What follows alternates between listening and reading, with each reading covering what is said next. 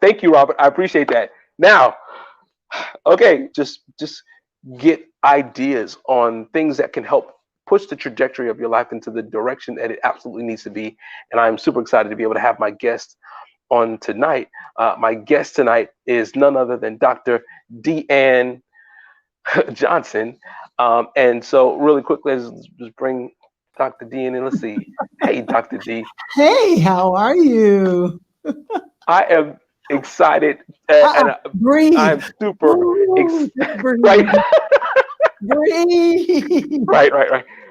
We are great, and I'm just excited to have you right now. And so, thank you so much for just making tonight important, for setting aside these few moments so we can be able to talk and dialogue about your new book, which Yes. is we're going to bring on the screen really quickly, and it is while my producer brings it up really quickly. Thank you so much for being with us. Welcome to Tactical Talks. And so before we get really deep into your book and before we get further into conversation, let me first begin with this. With all the hats that you wear, and I do mean all the hats that you wear. You're an entrepreneur. You are a, a chair on a board for a university. You are executive pastor for probably one of the most influential, if not consistently powerful ministries that I absolutely know about. You are a wife, a mother, an Oh, five-time author. You are an entrepreneur. I think I said that one already. You're a yeah, life yeah. coach, business coach. There are so many hats that you wear. How do you prioritize, first of all, where your grace should be poured into before we get really deep? Because I realize that there's so many things that are fighting for your Yeah, attention that would yeah, love to yeah, grab your yeah, grace. And yeah, so how do yeah, you prioritize where you pour it in? yeah. I'm glad that you used the word prioritize. Let me first say, listening to that introduction, I'm thinking I need a raise. Absolutely need a raise. Um, I think what is really critical is you used the word. I'm so glad you didn't say, how do you balance? Because I don't believe in balance, because balancing means that you're taking several things that you believe are equal in Mm, importance and you are trying to navigate all of them. Whereas prioritizing means that I am putting things in their proper order and I'm dealing with first things first. And so because of that, for probably the last 10 years or so, I've really been on this quest to understand what it means to set it all in order. As a matter of fact, that's one of the next books that's coming up soon. Setting it all in order, establishing life priorities. Because it is critical that you have priorities. I know that first and foremost, my relationship with the Lord is a priority. Everything else falls apart when that is not in its proper place. And then, of course, hmm as you mentioned, I am a wife. So I have a covenant relationship. I have a responsibility to be in covenant with my husband. He is my first ministry. And so if I'm off signing books and writing books and doing, helping other people and coaching other people's lives, and my marriage is not together, then my priorities are wrong. And so I know that I have that. I am a mother, but I'm a mother to an adult son. And so I believe that my responsibility now is to do the word. It says, train up a child in the way he should go. We don't have to go any further. Let's stop right there. The operative word is go. So I'm working on getting him out and into his own family so that he can perpetuate the kingdom of God in his household. Notice I said his household. Yes, yes, yes. Then, and only after that, then I deal with issues like ministry. And at one point it was education. And because those things, then depending on the season that I'm in, I may have to shift some of those things around. By that, I Mm, mean, when I was studying for my doctoral degree, there came a point when I had to talk with my husband and ask if I could step back from some of my responsibilities to the church. I continued to do my full-time job for the church, as an executive pastor, but I didn't do any preaching or teaching for about a year because I was in the dissertation phase. So that's, I didn't want it to be too long an answer, but I wanted it to be a full answer to say that's really how I do it. I keep, excuse me, I keep the main thing, and then I am careful to say what needs my attention right now. And ultimately, it's all about grace. I believe that you work optimally when you're working in your grace. Yeah. And I think that your answer gives context to Mhm. help people kind of get an idea, especially when we begin to talk about the context of your book. Because Yeah. when you talked about, even the having to draw back for a season in Yeah. writing your dissertation, Mhm. that was a season. Exactly. you know um and yet it was in the middle of a stage, and I let me just tell you, I have enjoyed reading your book. My wife Yeah. did me an amazing solid, and God bless, bless the Lord for my wife. She is tremendous, and Yes, I you. absolutely love that a possibility loaned you out to us today, because I think the world of him. I think the world of you Yeah. too. I believe that the grace on your life, it is so huge. The mantle Wow. that you carry Thank is so you. great.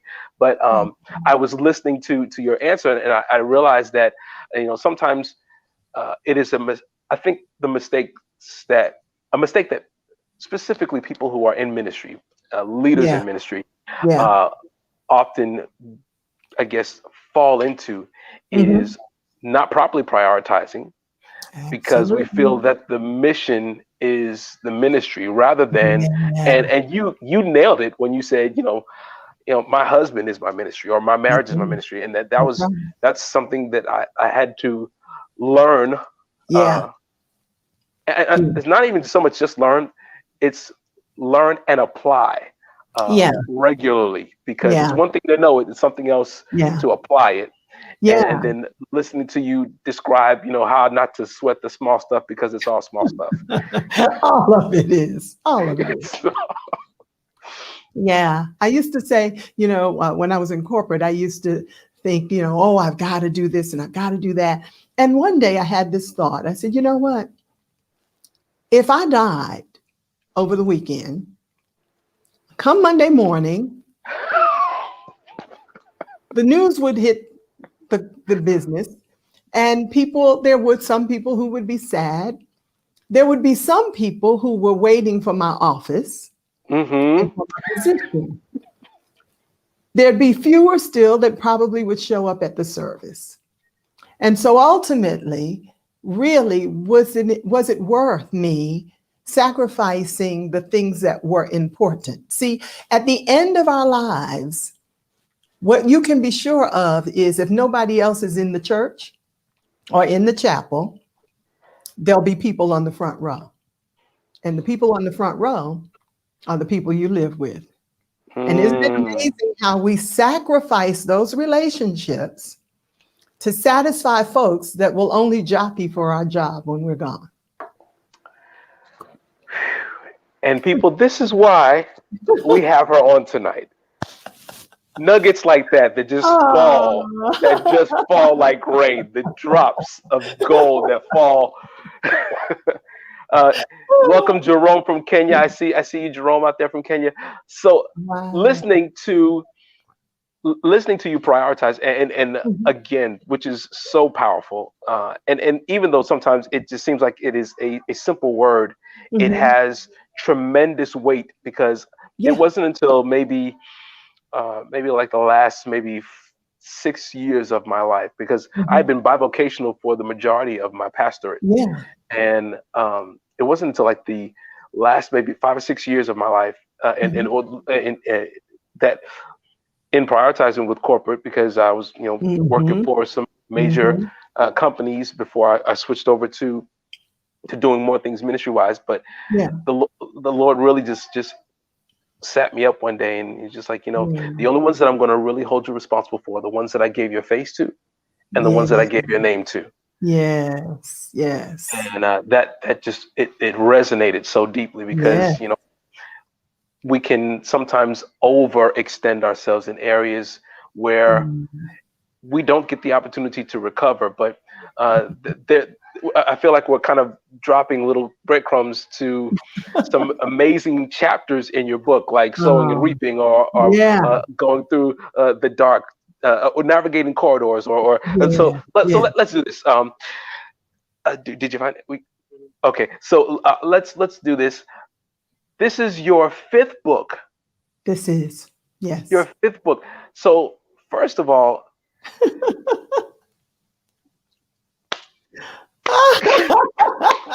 I, I had no idea the volume of your catalog was this deep. I had no idea, and I was just floored at just Yeah. watching some of the context.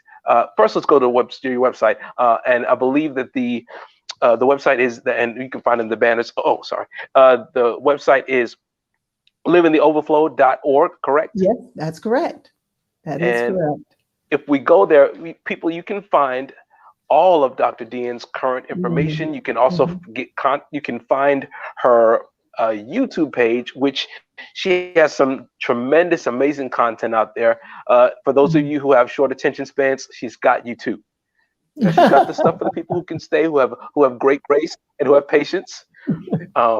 If you've got great grace and patience, I promise you, you will absolutely enjoy the virtual book release that's out there on the YouTube page. Mm, But for those of you who are short and you span quickly, I encourage you to go quickly and look at some of these mhm, short 1 minute videos that are there, mhm, that are poignant conversations, questions that will just really help to give you some perspective. Again, mhm. spiritual mental inventory, prepare your heart and your mind. But this fifth book Mhm. that we are, there we go, awesome. Uh, Yeah, that's the if we, website. it's the website, and if we go Mhm. to, I can't see it that well, but if you go to the bookstore, is it under the Yes, catalog for books? to shop Hmm. right there. Mhm. Click on the shop. Oh, I yeah. forget that you can't hear. I'm Or sorry, you can buddy. click the And then you can find uh, all sorts of some goodies. some swag there, some cool stuff. But then you can also find the books. You can Yeah, get your own copy. And today we are talking about the seasons in a woman's life. yeah. And if you click on that, it should take us to the There you yeah go. this book right here. Thank you so much. So Dr. Dean, first of Mhm. all, this when I now I like to try to absorb the content and read the books of our guests before they come. And Mhm. I had the pleasure of being able to read this while on the road. And the first thing I want to say is, man, the way that this is structured and the way that Wow. it flows so well. And when I say flows well, it I can see the grace of the professor and the teacher in you in making sure that once the lesson or the subject has been shared, that Mhm. there's retention. Yeah. What points did you get from it? How are you going to properly Mhm. apply it to yourself? Which Yeah. I think is it helps people to really engage in exactly how the process Yeah. of their healing Yeah. comes to pass. My wife Yeah. loves to say, you have to participate in your process. And I think that Definitely. sometimes people gobble up content thinking Yeah. that the content that they've received will change them. Yeah. When the way that you structured the content in the books with each chapter, at the end, there are points that really Mhm. bring people to a place of all right, now let's Yeah. have a quick talk. I need to Yeah. see, I can almost hear the parent and say, okay, now what did you hear me say?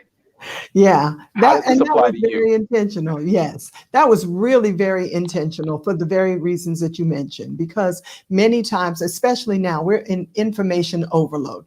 There is Mm, information everywhere. We're digesting books and tapes and podcasts, and we're listening to everybody, and we're even regurgitating what we hear, even though we may not understand it. But I am a great proponent in believing that it is important for us to actually just stop for a minute and sit in what it is that we've just taken in. Transformation doesn't come about. There's a difference between acquiring information and then moving to transformation. And in order for there to be some transformation, you really have to have time to dialogue with whatever it is you've read. I remember my old pastor used to always say that, you have to take some time and just ask questions of the text. He would talk about, when you're reading your Bible. And so that became actually the way that I started engaging with the Bible. And so as one who writes, it became almost like my natural inclination to want whatever I wrote to include something that would give you time to ask yourself some questions. So really, what you're referring to after each chapter are called seasoned thoughts. And I provide probably anywhere from 4 to 6 questions after each chapter, but really they're just designed to be prompts. And the hope is that even as you're reading, then you'll begin to ask other questions of yourself that perhaps I didn't raise. The other reason that it's designed that way is because I'm very hopeful that that book is going to be utilized in small group settings. Yes. I am Yes. a huge proponent of small groups. Our church does small groups. We don't have the traditional Bible study, midweek Bible study like we used to have. So we have small groups all week long, all across the city. And actually, in my small group, I have women who are not even in the state. There are some women who are part of my small group who aren't in the state. And so that gives us the opportunity to discipline ourselves to say, what is this saying to me and how can I apply it to my life? When you and I are sitting in a conference, in a church service, wherever, it's not like, let me take it to church. It's not like you can sit in church and when the preacher is preaching, you can raise your hand and say, excuse me 1 second. Can you explain that, please? Right. What was that word right there? What was the meaning of that word? You can't do that. And then in the old days, that's what Bible study was for, so that we could ask questions. Well, as we kind of evolved as a church and we became more contemporized, then we removed those, like the Sunday school and the Bible study, and we moved to midweek service to benefit the people who couldn't make it on Sunday. And so we removed all of the discipleship or the developmental components. Right. And now all we were trained to do then is to sit and have someone talk to us and tell us. And we were not trained to sit down in the text or whatever it was and ask questions of it and get questions. So whenever I write, I'm not a novelist. And I guess that's the other thing. If I were a novelist, and I do some blogging, and if you're writing in that regard, maybe it's short and you're just getting a point across. But for the most part, when I write, I think I would classify myself as sort of a inspirational and devotional writer, because I want people to think and I want it to help them to change, to go from one stage to another or from one step to another.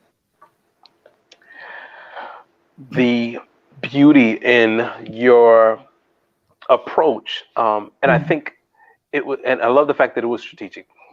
But the beauty in your approach, I feel like, is it helps to foster and begin to encourage something that I feel like has been lacking for a generation. And as you were describing it, I do remember growing up there as a time where there wasn't just Bible study. There was the Sunday school, then there was the BCU. midweek prayer meeting, and then there were so many facets Yeah. to your engagement in ministry Yes. that were available. And let's be honest, because we have tried to cater to a a generation that is drinking out of a fire hose. Right. Um, Yeah. the best Yeah. thing to do is all right. Let's make it so that we can give them what Mhm. they can, and we'll Yeah. we'll collect that offering, and we'll be here for them the next time. And Right. then if they Right. want more, here is where you Yeah. can find it instead Yeah. of the one-on-one, those just discipleship moments. And I Yeah. love the fact that and I remember I've heard you describe before about how some of those small groups and some of the women that you've mentored, Yeah. you've done it with the idea of them also committing to doing Absolutely. the same thing with Absolutely. someone else. Yeah. And so having done that, I love the fact that I feel like this book helps you to empower those disciple makers and Yeah. create a chain of effectual Yeah. enrichment for Yes. generations to come, if even if Absolutely. it's not something that's regular in the church. Was that Right. intentional? Yes. It was very much intentional. You and I can only be one place at one time. We may love Jesus, but we are not like him. We are not omnipresent. And so that's one of the beauties of writing is that I can be in multiple places simultaneously. It's the vehicle that enables me to be omnipresent, if you will. And so, and you just used a wonderful term when you said it creates opportunities for engagement. See, I don't have to be present for a group of women or even men, but of course it says the seasons of a woman's life. So a group of women can be together and engaging in the truth in this book. And I don't even have to be present. Someone else can facilitate that. They may not even need a facilitator. And so, and that's the way discipleship works. That Hmm. is the way it is designed to work. We have we have made um, we have made it so that everyone has to gather to us. But that's not Yeah. really discipleship. This is a way to empower others to be able to say, hey, this changed my life. This chapter right here did something. Let's talk about it. It also creates an opportunity for people to be able to be authentic together, which is strengthening. Because see, let's use for instance the chapter Dark Nights of the Soul, the winter. That it's important that other people understand that you've gone through winter seasons too, and what you're going through is not designed to kill you. I like to say in that chapter, it's not the time for nothing may be growing on visibly, but there's work going on underneath. And so Hmm. that's an opportunity for people to now realize, hey, I'm not the only one. I thought something was wrong with me. But now I see that there are other women who are going through the same thing or who have gone through the same thing. Let me show you what's so interesting. This book was released on the 22nd. I think that was Saturday, the Hmm. official, because we intentionally released the book on the launch day. And we're taping today, it is Thursday. Correct. Can I tell you that, okay, the pre orders, maybe almost like about 150 pre orders came in Right. beforehand, before it even went up for sale. Can I tell you that I have been getting emails and text messages in abundance in just a few days? And most of them are talking about how the winter chapter was so freeing for them because they felt like something was wrong with them. They felt like there was some deficit in them. And to be able to realize this was a season that I didn't. This is not something that I'm individually going through. This is not Hmm. something somebody else understands, and they have now shown me that there's actually beauty and value in those hard or dark places. That has blown me away in just a matter of days. It's worth it. Listen, the beautiful part is, the book is it's not like it's a long study. So No. it gives you the opportunity to read through. So I was able to Mhm. read through it, but I find myself going back Yes. because you read it, but then it hits, and then you Mhm. think about it. Okay, all right, Yeah. I'm trying to get to the next point. But one that resonated to me, and I can absolutely see the Dark Nights of the Soul being one Mhm. that rings out tremendously. One Yes. I and I made sure I made notes in each of the chapters that stuck out to me. But Uh-oh. If you're talking, I can't hear you right now, unfortunately. And I think you're frozen. We might have an internet issue. can you hear me now? There we go. I hear you. Yes, Okay, and you're what's the moving. last thing you heard? You said you had been making notes in Notes. each Okay. chapter. Hmm. I was trying to see if I could switch between screens here on my phone. Oh, that's all So right. normally we've got a bunch of other stuff set up. Yeah. Tonight we're You're not we're in your running two studio. string bugs. Listen, you're not on your studio. You're on vacation and you're still committed to bringing this to your audience. I'm going to tell you Because like my administrative support person for my team says, no worries. Any- yes, Anything I asked Carol for through this whole the launch preparation of the book, anything I needed, graphics, understanding something, pulling down a mailing list, whatever it was, anything that I was driving myself crazy about, Carol's answer was, no worries. I love So it. I I love it. give that to you tonight. I received that gift. Thank you. Yeah, I mean, seriously, don't lose your point. But seriously, think about it. You could have said, I'm going on vacation with my family and I'm just going to miss bringing anything to my audience. But you were committed to your audience. And so if we get stuck a little bit, we just stuck and we'll move on. You'll get unstuck. But anyway, go I, ahead. I appreciate you extending some grace right there. I thank you.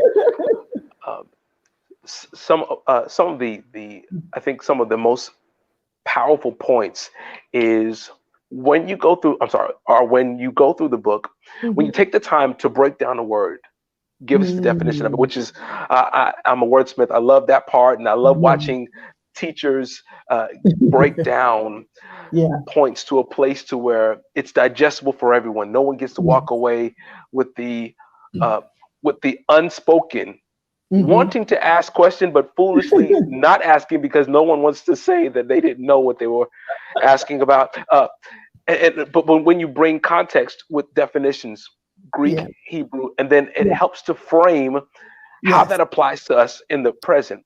Um, Yes. one in particular was when you were speaking specifically about Jesus talking about the times in Acts chapter 1:7, Yeah. how he's giving us, the time. No, it is not for us to know the time and the forgive me, The it won't flip seasons, back because or times else and it'll seasons. freeze on me. Um, Yeah. and then breaking down how important it is for us to take advantage of the current moments that we have and the times that we have, Absolutely. and that we make the most of them. And I think that was that in the middle of the missed Miss the season, miss the Mr. fruit, I Caesar, think. Mr. Fruit. I think Uh-huh. that's where that was. I think that And might be. just in listening to you talk about that, us missing sometimes powerful moments with God Yeah. because we are so distracted by everything that's going on Ooh, around. You can ooh. only, and I love how you said that you can only get seed, or you can only get a harvest if you first If sow you- seed. That's right. And and then the harvest that you get back is always, greater Mhm. than the seed sown in. Mhm. Listening to the example of Mhm. your grandfather Yeah. sowing seed, and the little bit of corn that he sowed, and how the Yeah. 10-foot stalks would come back. Uh, Watching just this transformation of seed time and harvest, and again Yeah. separating it from the cliche of what church makes it. Let me Yes. ask you this. I realize that this book is primarily written Mhm. with the, I guess, the primary target being Yeah. women, but Yeah. I found it so powerful. I really don't feel like it just directly applies to women. Right. I think that all of us have gone through some winter, and Right. all of us are learning how to optimize seed time and harvest, how to pay Yeah. attention to the Yeah. time.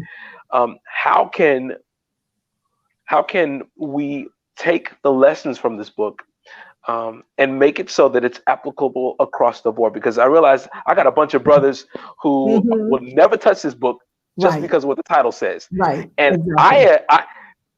having read it, I Mhm. almost feel like that it should be mandatory reading for some brothers, so we can, one, help to understand a little better, but two, Yeah.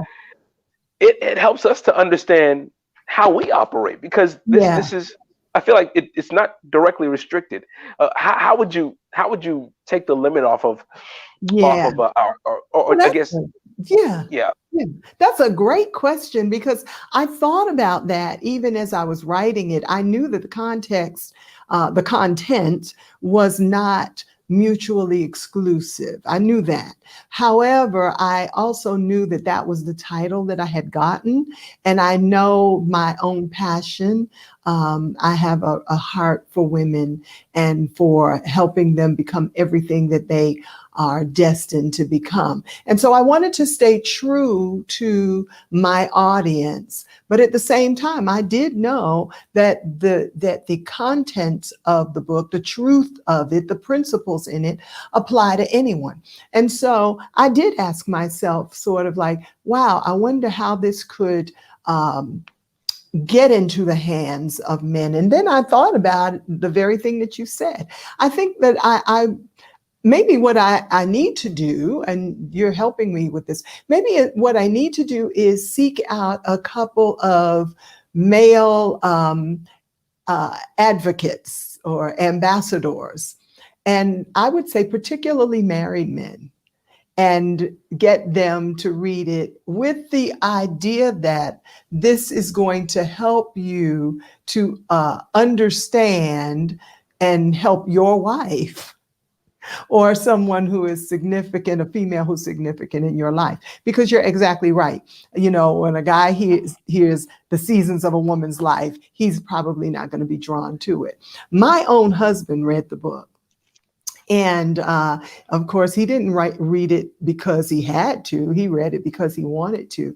And I was blown away by his response to it and how he engaged with it. So I think that one way will be I'll have to be really intentional about seeking out some brothers that I know who I can get to read it themselves, because I do believe that as men read it, they find, wow, this is really speaking to me as well.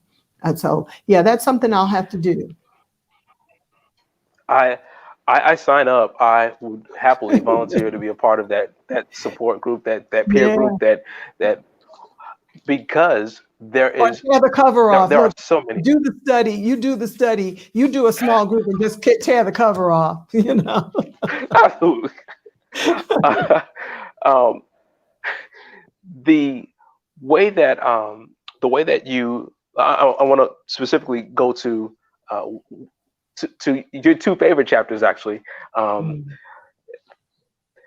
Starting off with the winter and the mhm. dark, and when I Yeah. was reading through, watching, listening to the imagery that you were describing, specifically from the example of you looking at the crepe myrtle trees and watching them, Mhm, as mhm. they in their winter season, and how Yeah. they're bare. And Yeah. oftentimes there are 2 points that I wanted you to kind of talk to out of that chapter. One was you brought to mind the idea of the absence of the leaves does not mean that there is an absence or that there is death, but in actuality, it introduces a concept that may for some people almost feel like death Yeah. because they're so busy they don't know how to rest. Can Right. you speak to that for just for just a second? Yeah. Yeah. Nothing is designed to grow all the time. There has to be a Selah. When you read through the Psalms, you see periodically the psalmist will share and share and share, and then finally there'll be that Selah, there'll be that pause, that intermission. I grew up in New York, and that's where I lived until I moved to Georgia. And one of my favorite things to do is to go to the theater. And in the theater, you will notice that the production will go on, it'll build and it will build, and it will crescendo to a place that, and once they get you to that place, then they have an intermission. And the intermission is designed for you to breathe, to think about what has already taken place, and to prepare you for what's coming next. And that's kind of that whole concept of the winter season. Winter, I said in the book, in winter, what's in you is not dead, it is just dormant. And there's a Mm, difference between the two. And so, because we are such a fast-paced society, because we feel like we act like we are human doings instead of human beings, we have ha. lost our ability to be as opposed to constantly do. So if I'm not producing all the time, if something's not growing all the time, then I feel like something is wrong. When in fact, there has to be this period when everything goes dormant for a while. Even from a biblical standpoint, God instructed Israel that in the seventh year, the land had to rest. Hmm. It needed to rest. The rest was so that it could produce more the next time. And so it is the same way with our lives. What seems like a dark night of the soul, and those things can be precipitated by any number of things. Maybe something negative happens in our lives. Maybe there's a loss in our lives, a death in our lives, whatever it may be. Um, those are not necessarily designed to hurt us, but rather to strengthen us. The other thing in that chapter is, you kind of referred to it when I shared about the experience when I was at my sink washing the dishes Right. and looked out the window. Now, for years, all I noticed was the buffer between our home and our neighbor's home. But it was in a winter season when all the leaves had fallen from the trees that I was now Yes. able to get a view of the lake behind our house that I didn't have before.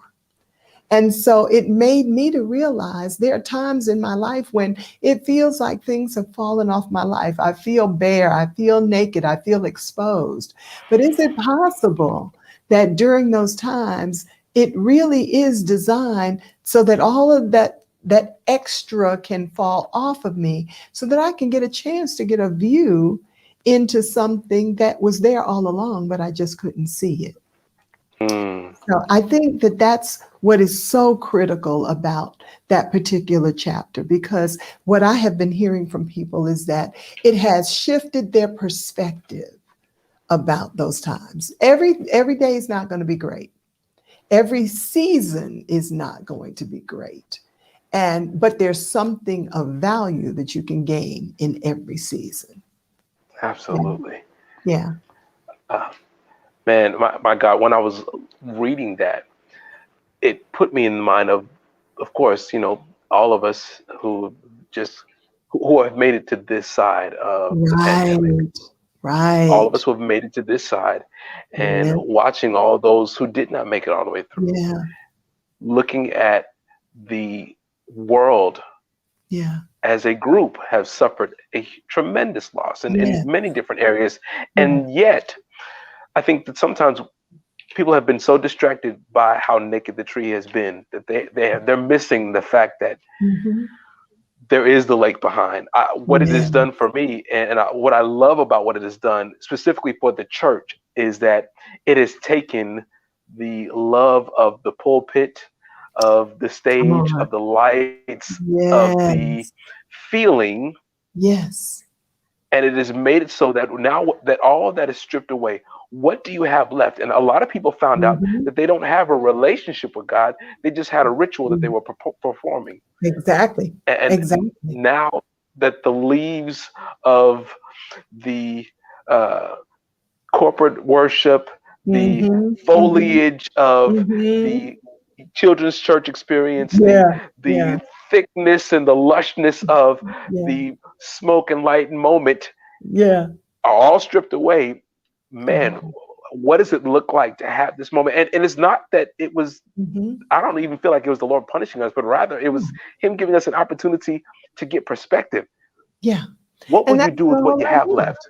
Yes, and that's the whole idea, that we're not saying that it's good, but we are saying that there is good that can be learned from it. There is Hmm. something that can be learned. There is something that can come out of it that is beneficial. You're absolutely right. You know, it's interesting because obviously, just in America, we've lost over 500,000 souls. And I was telling my husband, I said, you know, one day I was almost weeping because the thought came to my mind, over 500,000 souls are gone. I wonder how many of them knew the Lord. Now, here's the truth of the matter. I, as a pastor, I've experienced lots of people dying, but I don't know that I paid as much attention Mm. to the conditions of their souls. But because we saw death on such a large scale, it opened my eyes to something that I should have been practicing all along and I should have been impacted by all along. So you're absolutely right. There's, you know, I say it like this: God wouldn't be a good God if the only time he is good is when things are good. Mm. I know that sounds funny, but think about it. He wouldn't be a good God if the only time he was good is when everything was good. True. So there's never a time when we can't grow and or benefit or um, I think it's that chapter when I ask this, when we should be asking, what should I be doing now? What should I be doing to be prepared for the next season? Because this isn't going to last forever. Hmm. So to the point that I was making earlier, so that moment when I realized, wow, all these people have left the planet, and obviously I'm not responsible for over 500,000 people, but what it did was it amped up my sensitivity to doing what I could in my sphere of influence to make sure that I'm helping people to come to not just a knowledge of the Lord, but really a real relationship with Him that can withstand the hard places and the difficult places. Hmm. And because of that sensitivity, now we're part of a network, the network of local churches under Bishop Lafayette Scales, and one of our network brothers is in India. And so, as you know now, India is kind of experiencing what we went through, but to a greater degree, because Yes, yes, they're yes. not experiencing it with the benefit of medical facilities and things of that nature. And so immediately I knew we had to do something. Now, we're a generous church. My husband and I are really very generous people, but the intensity to come alongside and help was greater because of the winter that we went through with the pandemic here in the United States. I was more aware of the importance of stepping up and doing Yes. something to help. I don't know that I would have gotten that same sense of urgency had we not gone through what we went through. And so it's the same thing with our lives. When we go through challenging and difficult places, we then become more sensitive when other people are going through.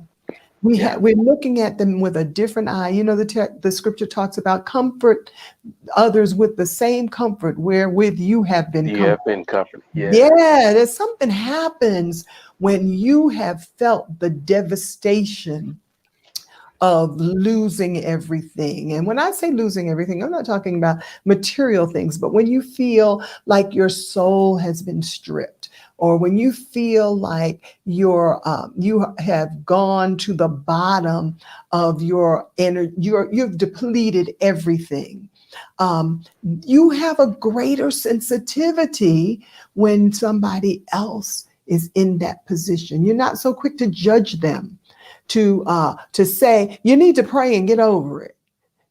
You're far more sensitive, and that's why it is important how we walk through the winters of our lives. And that's only one of the seasons, but certainly I think that's the most impactful, because that's the one where people find themselves. And if they're in church particularly, you know, we've been conditioned to respond, how are you doing? I'm blessed and highly favored. Right, right, right. But sometimes we say we're blessed, but we're really broken. And we're perfectly fine to let people say they're blessed and highly favored and never stop to take time to really look in their eyes to see, are you really blessed right now? Well, I know you're blessed positionally, but Right. are you blessed actually at this moment? Emotionally, where are you? So that's kind of I didn't mean to ramble, but that's No, no, kind of no.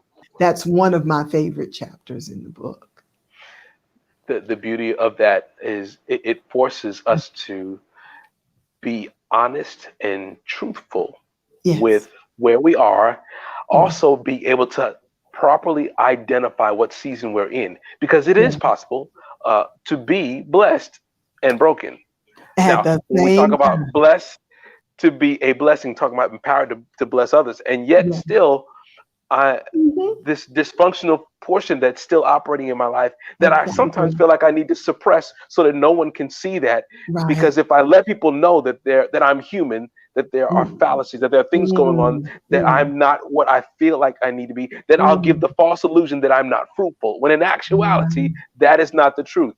not at all. Um, Not at all. Beautiful how you bring that, and I guess that brings me to the other portion of the chapter that I wanted to talk about. Uh, Beautiful segue point.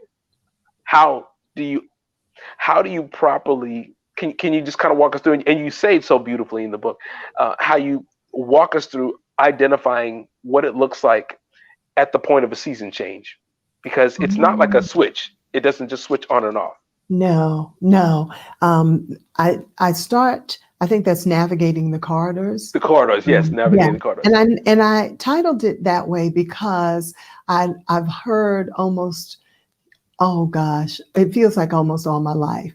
People say, you know, when one door opens, one door closes, another one opens. Hmm. And as I was writing the book, I was thinking, it's not that I don't believe that. I do believe it. And I've experienced it. But this is the reality. If there are two doors, there must be a corridor. There must be a space Beautiful. between them. You know, there must be.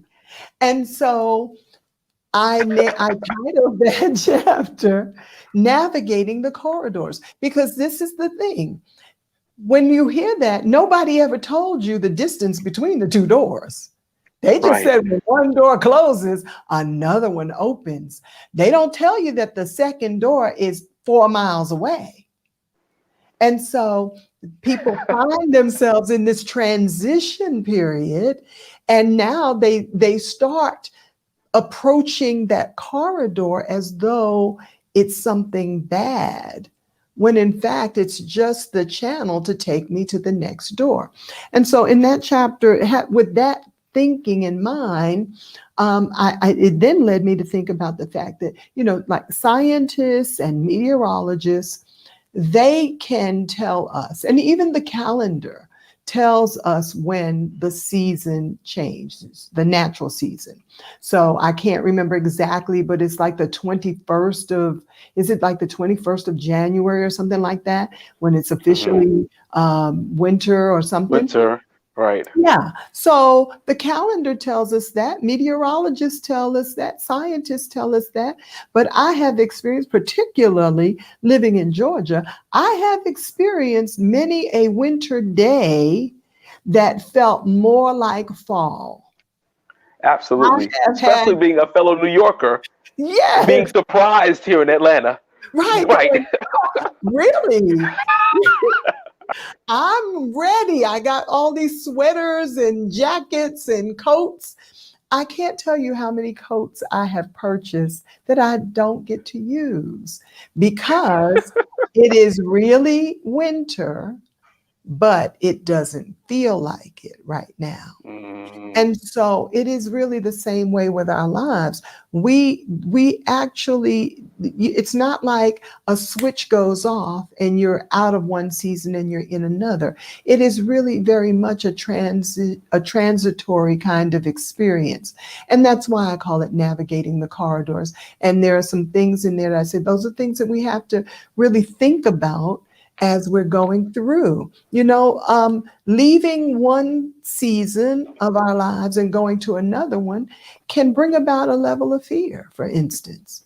It can bring about a level of trepidation. I know the scripture tells us that, we don't have fear, and I can't pull it like I want to pull it right now. What's the scripture? God has not given us a spirit of God, fear, there you but go. power, love, and a God sound has mind. not given us a spirit of fear, but of power and of love and of a sound mind. I didn't say he gave us a spirit of fear, but that doesn't mean that sometimes I'm not scared. And so, and I need to study that out. That's good. I need to study that out. Exactly what is a spirit of fear? And does that mean that I'm never afraid? And so Mm, I'm not suggesting for a moment that we are to be paralyzed in fear. But what I am saying is when you are leaving one season and going into another season, in that corridor, there may be some trepidation. You have questions. I remember in my corporate life transitioning from I was with the same company, the same corporation, but I was going to a brand new division. I had gotten a great promotion. I was going to this brand new, newly created division, but I had some trepidation. With all this great stuff that I was going into, I was, how am I going to engage with my team? How will I be received? Will it, how much of a ramp up is there going to be? All kinds of questions in my mind. But I was entering a wonderful season in my life at that point. But I still had questions and I still had some fears. And I intentionally use the word fear. And that's okay. Recognizing, so I like to say the things that people don't want to say, mm, particularly Christians. I like saying the stuff we don't want to say because sometimes that's what creates a wall between us and the world because yeah. they they never hear us talk about real life stuff. We don't walk on, I don't have clouds on the bottom of my feet and I eat bonbons and they're not, angels aren't Angels playing don't harp. sing. Right. They're not singing, that's not real life. So, so in there, I talk about that, there might be some fears in terms of as you're navigating. And that's why I call it navigating the corridor. You don't stop. Right. but you may have to make some adjustments as you're going along. When my son was little, he was, I think, 1 or 2. One of the things that I used to do with him was we would at nighttime we'd play this game called Come to My Voice. Now, the Mm, same house that we lived in the daytime when the sun was up was the yeah, same house we lived in when the lights were absolutely. off at nighttime. That's And right. to keep us from having to keep night lights on and spend money on lights all the time, I Hmm. want him to be able to feel comfortable enough in the space that Yes, has been designated for him. This yes, space has been engineered. This room, we were planning for you yeah, for a long yeah, time. So you everything that was in here when the light was shining and when it was bright, it's still yeah, in here. And even though yeah. you don't see it, Hmm. one, trust that my voice, and trust that I'm with you. And then Yes, two, be confident in what you already know. yes, And yeah. so when you address or bring up the light of, that God has not given us a spirit of fear, but power, love, and a sound Hmm. mind, I like to think that it's the Lord talking us through the Yes, same corridor. yes, And because the light may be on in the room that you're going to, and the light may be on in the room that you're coming out of, but the yes. corridor that you're being navigated through might be dark. It And it might. requires you to listen to That's his voice right. as he brings you through. And when I was Yeah. reading the book, I think the beautiful part about just how you help people to, one, identify where they are, how to Hmm. be able to, I don't want to say cope, but navigate, like you say, navigate Navigate. through Hmm. the different stages, and I'm sorry, seasons, because seasons and stages are different. They're different. We'll talk about that in a second. But it is, I think it is so empowering. It is so Yeah, refreshing to be able to yeah. hear those words, especially for the generation, which is the millennials, and right now, because Hmm. they're a group that requires authenticity and Yeah. that is not interested in fluffy, Right. uh, exaggerated, drawn out Yes. Yes. rigmarole Yeah. or structure. They'd Hmm. rather blow it up and dig to the bottom of it so we can see. Let me see it. Yeah. Let me Yeah. give me the truth about it. Help me to Yeah. see where you really stand. And I think that is an area that the church is growing in. And I love that your content and that your book is a tool now the church can use to help us have Yes. those conversations that will help to set an atmosphere for Sure. growth, especially Yeah. and our young women. Let me Yeah. ask you about defining stages and ages, and then our Yes. time is so far gone. I want to make sure that we get the opportunity to share Okay. a copy of your book with the world. But Oh, really yeah. quickly, stages and ages, and I know that's one of the first things in your book that you Hmm. identify, you Hmm. directly address. Yes. Um, you describe it in a short way, at stage defining time period and age, but Right. for a lot of people, stages and ages have looked the same for so long that they're missing the fullness of where they can be able to really capitalize in where they are in the moment. Yeah. Can you give like a short kind of synopsis of a breakdown of how to quickly Sure. identify the difference between Yeah. the two? Yeah. So a stage is really, I do build that around certain ages. The stages that I use in the book are the stage of learning. For instance, I say that in your 20s and 30s, that's when you're kind of learning who you want to be, what you want to do, kind of. Hmm. In the stage, then you move to the stage of living. And I say, your 40s and 50s, you're living your life, you're established now, and you're giving yourself over to your dreams and things of that nature. And then I use the stage of legacy, being 60s and beyond. That's when you're not so much thinking about acquiring as much as downsizing, and you're looking at what to leave as opposed to what to acquire. Right. But those are stages. And I give an illustration in there about how, for instance, I mean, the awkward stage. I definitely had that, the Coke bottle glasses and the acne and the long, lanky arms and legs. But thanks be unto God, it was just a stage. I wasn't going to stay there. Oh, bless his holy name. Hallelujah. I wasn't going to stay there. As my friend who interviewed me for the book launch said, thank God for contact lenses. But, that was just a stage that we grow out of it and you don't go back to it. Seasons, on the other hand, if I might borrow from the great King Solomon, to everything there is a season, a time for every purpose under the heavens.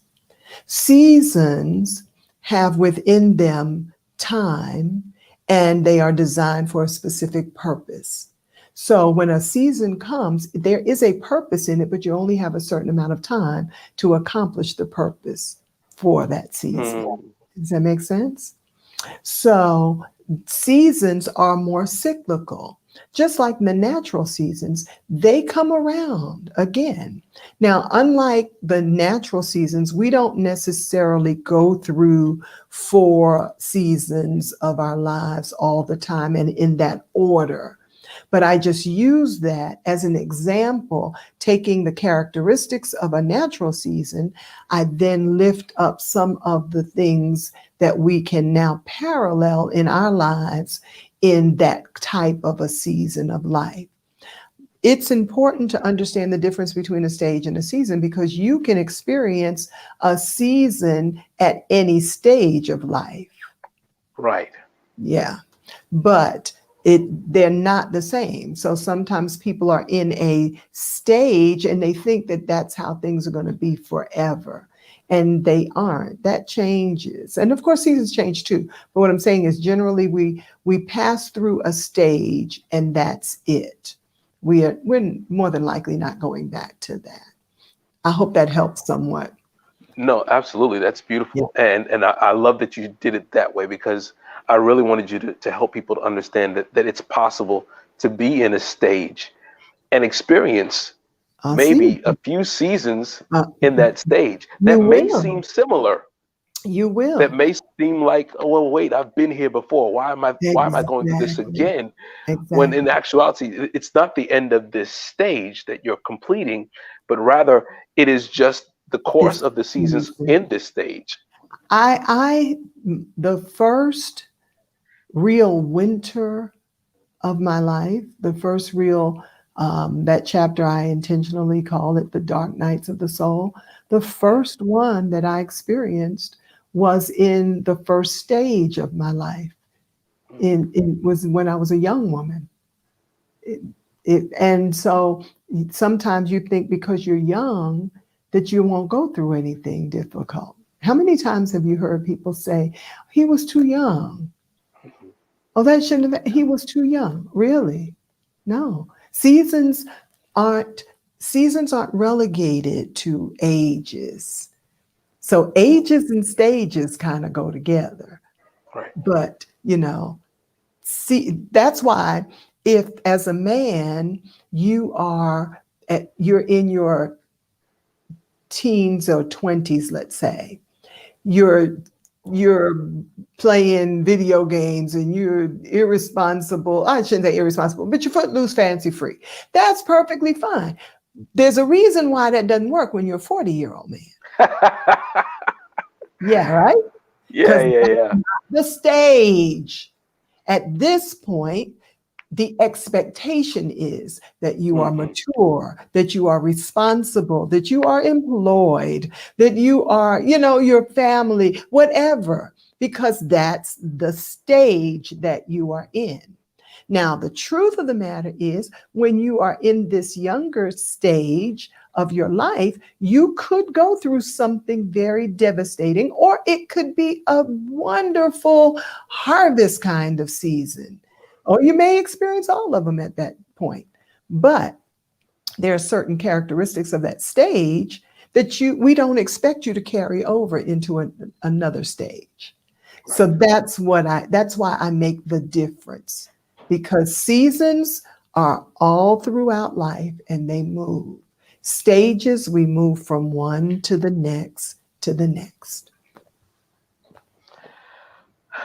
Dr. D, you have you have, first of all, again, thank you so much for your time. You have blessed us tremendously today. Oh, thank If you. there is, if there was one person in particular that you feel like absolutely needs to have this book, who would that person be right now? Who describe that person? Ooh, that's hard. You asked such great questions tonight, and then you went and messed it up. Ah, oh my gosh. I keep saying it. I think, oh, you know what? I don't want to make up something because I don't really know. I think that anybody can really benefit from it. I really, really do. Um, yeah, so I don't know. I really don't know. I would love somebody who's not here in the United States to have it. I would love because, and I say that I mean that because I would love to see. I would love to authenticate the fact that it transcends culture. Mm, Yeah, it transcends yeah, culture. It's not a Western message. It is it's not a regional. Yeah. human, yeah, it's a human message. So that's the only thing that I think about oftentimes because I really would like to see people beyond the borders of our United States, because sometimes we only think about our context because that's how we write. We write in ways that only people in our context will understand. So I'm hopeful. I would love for a non-believer. Okay, so I went from no, I don't know to now I'm rattling off stuff. Yeah, No, no, I, no. I That's would love perfect. somebody. I'd like somebody who does not have a relationship with Christ to have it. Yeah, I would love that because I am unapologetically Christian, but I always want to. I'm never going to deny who I am, but I always want to share the broadness of truth that would apply to any human being, whether they believed in Christ as Mm, I do or not. But my hope would be that they would be drawn to God as a result of it. Yeah, but that would be absolutely. somebody too. Yeah. That was the power of Jesus' context when he presented. He made people belong before he made them become. He didn't, Exactly. force on them what they needed to Exactly. do or how they needed to change. He just was like, Yeah. "Listen, Zacchaeus, I'm coming to your house today." And then Yeah. having that interaction is what made the conversion. Um, Hmm. and that's Hmm. so beautiful. Yeah. And of course, like Well, and now that you've mentioned earlier, I'd love a guy to have it. I'd love a man to have it. well, let's Oh, let's a see man who a man who's is not going to afraid be to our read winner. the seasons of a woman's life. And listen, this is not going to help you read women's minds. This is not going to help you to understand exactly the inner workings of your wife. You still have to study your wife. You still need to study Absolutely. that's still, you still have to do your homework. However, Yes. I believe that there's some things that I learned about me in applying Yeah. this book that I feel Yeah. like help me to be able to process why I don't always hear my wife, or Yeah. how I can be able to be more synergistic with her as I Hmm. understand it and as I digest these concepts. Because there's a lot of things in these seasoned thoughts that I have to go back and look at and be like, okay, all right, Hmm. yeah, that hit me right in the gut, Lord. So I appreciate that. Well, all right, well, we've got we've got listen, I'm giving all of you a few seconds. You've got 10 seconds really quickly right now to go type in the comments. Even if you haven't said anything earlier, or if you were on earlier and you're if you're watching this on replay, I'm sorry, you missed your chance to win. I'm sorry. But if you're with us right now, if you laid a bird and you stayed with us, we're at the end of the video, we're at the end of the stream. Right now, I'm encouraging you, type in the comments. We are going to Uh-oh. and uh, bring up the site one more time. All of you to get You're and free. You're frozen. I don't know if they can hear you.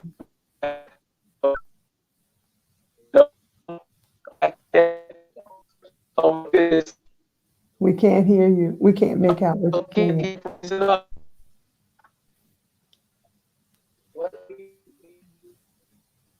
Can you hear us? Oh, this right. What it says? I see that. Mm-mm. I can't. We can't hear you. I think that there might be an internet issue, and so you were frozen, and the audio was blank, and now you're spooling as though you might have dropped off.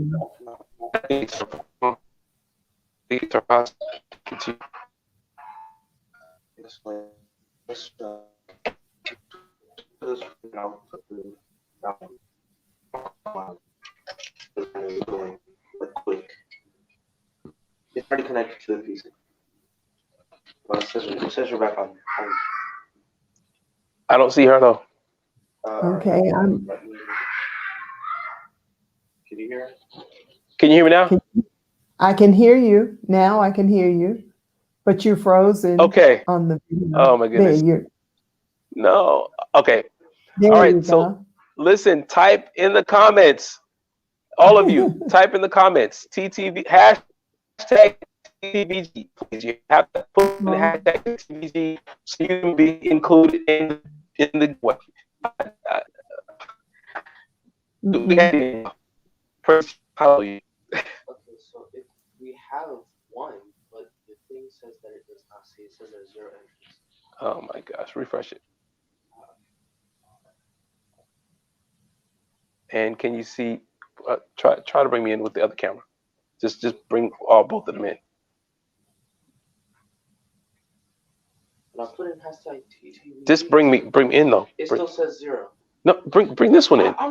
I'm trying to fix the giveaway tool. You said to check that. Can you hear me? I don't.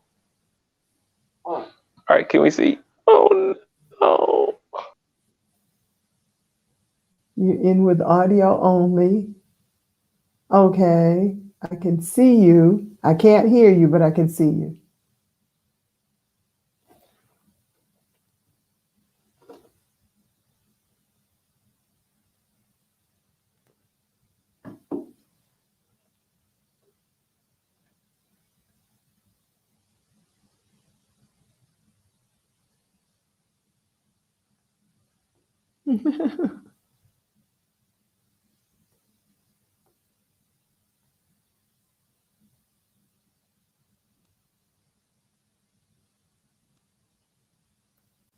Mm-mm. I can see you.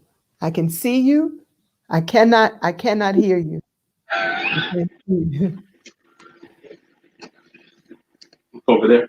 All right, let me just switch to that camera. Let's see. I can come over there. Or bring it over here. Let's see if that makes a difference. Just talk like really loud. Just do the giveaway. Let's see. Let's see.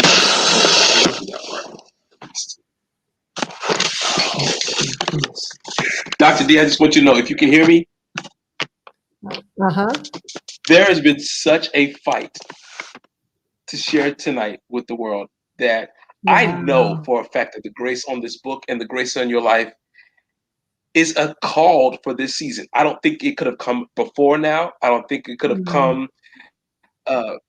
pre-adventure when you desired for it to come Yeah. out Yeah. for your women's group. I think the Lord needed it to come out right in this season, Yeah. and so Yeah. I am excited to be a part of helping the world get to hear and know about this amazing piece of work in Mhm. the seasons of a woman's life. All right.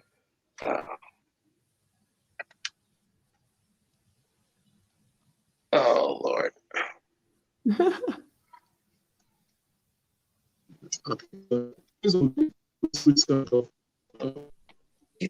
right. All right. Listen. We're just gonna leave the away. Let's go ahead and let's just. It's not working, is what I'm trying to tell you. It doesn't see it. It doesn't see it. All right. Let's go. Well, there was only one person that put it in the chat, so.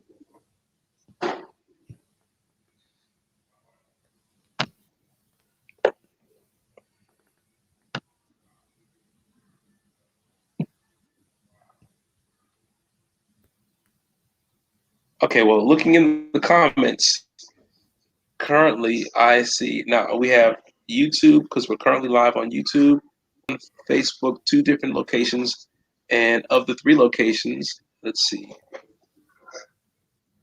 Looking at YouTube, looking at. All right, and let's see. Is the giveaway tool ready? Is it working now? No.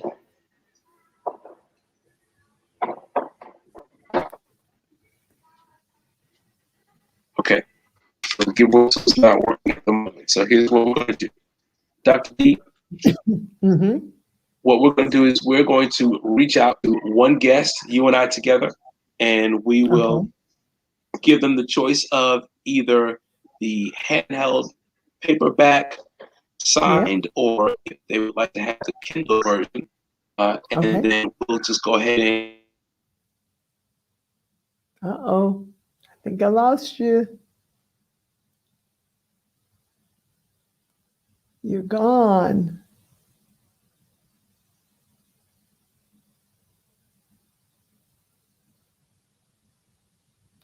Mm-mm.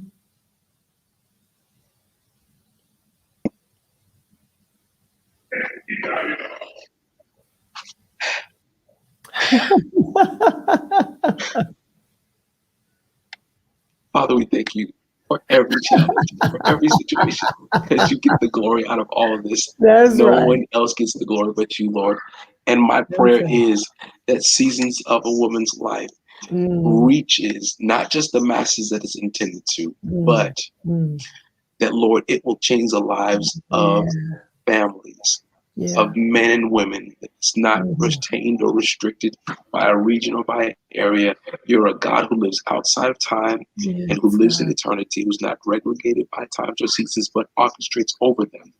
Make it so that this is sown in the lives of the ones who need it, so it begins to grow a harvest in the generations to come. Let this be part of legacy building, and we're careful to give you the praise and the glory. In the name of Jesus. Amen. Dr. D, I'm not going to make apologies for tonight. I'm just grateful. Thank you so much for being with us. I can barely hear you, but would you like to say something before we go? Oh, me? You can't hear me? You're not able to hear me? You're not able to hear me, huh? Yes. Okay, we can hear you now. Oh, there you go. Turn it up my phone so I can hear you. No, I'm glad that you didn't make apologies, because first of all, you don't control internet. So I said you don't control internet. So there's nothing that you could have done anyway. You still can't hear me. Still can't hear me? No. Oh, I can hear you a little bit. I hear something. Talk and let me see if I can hear you.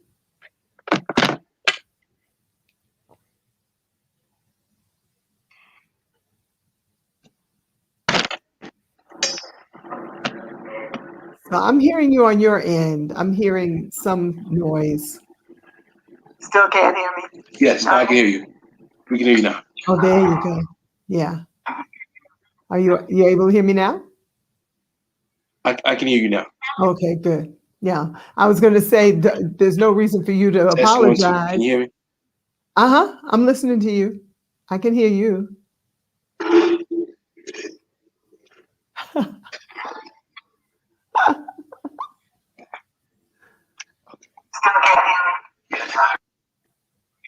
And we're delayed now, so there's a gap in the delay. Right. All right.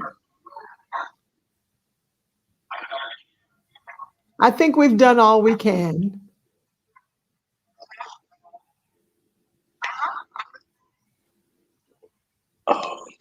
delay. All right, so.